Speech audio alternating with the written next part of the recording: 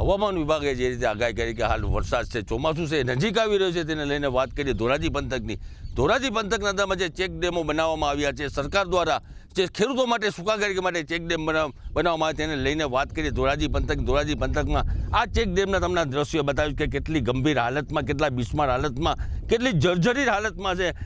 સરકાર દ્વારા અનેક ગ્રાન્ટ ઉફાળવામાં આવે છે, સરકારી બાબુઓ છે, તેને આ દેખાતું નથી કે અત્યારે હાલત છે કેવી છે. ખેડૂતોને સંગ્રહ કરવા માટે, સુખાકારી કરવા માટે સરકાર દ્વારા જે ચેક ડેમ બનાવવામાં આવે છે કે પાણીનો સંગ્રહ થાય અને સિંચાઈ માટે કોઈ જાતની ખેડૂતોને પરેશાની ના આવે, તેને લઈને આ ચેક ડેમો બનાવવામાં આવ્યા છે. અસંખ્ય ચેક ડેમો છે તે અત્યારે બિસ્માર હાલતમાં અને ગંભીર હાલતમાં છે. આપ સીધા દ્રશ્યો આપને બતાવી છે, મારી પાછળના દ્રશ્યો છે, આપ જોઈ શકો છો કે કેવી હાલત છે, કેવી જર્જરી હાલત છે. પણ છતાં સરકાર દ્વારા જે સરકારી બાબુ છે તેને આ વસ્તુ દેખાઈ નથી રહી. અત્યારે ચેકડેમ જર્જરિત હાલતમાં છે અને પાણી સંગ્રહ થાય એમ નથી. સરકારે ખેડૂતને પાણીનું બહુ નુકસાન જાય છે, કારણ કે ચેકડેમની અંદર પાણી રહે તો તર ઊંડા થઈ સિસરા થઈ જાય અને ખેડૂતનો પાક થાય. આ વખતે ઉનાળે પણ વાવેતર નથી કરેલું. ખેડૂતની જમીન છે ને પડેલી છે પાણીના હિસાબે અને ખેડૂતને વારંવાર નુકસાન જાય છે પાણીના અભાવના હિસાબે. જનરલ ઘણા બધા એવા ચેકડેમો છે જે જર્જરિત હાલતમાં છે.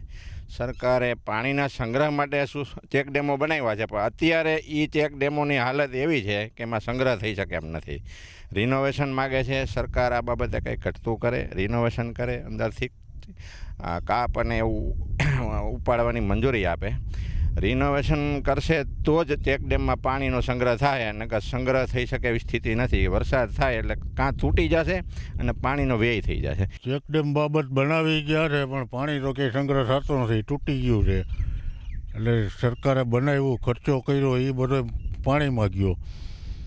હવે કોઈ પાછું હમું જોતા નથી, ખાલી ઊભા રહે સરકાર. ખાલી બનાવીને ચેકડેમ બનાવીને એને એમ કે મોટા અમે બનાવી દીધા એવું થયું.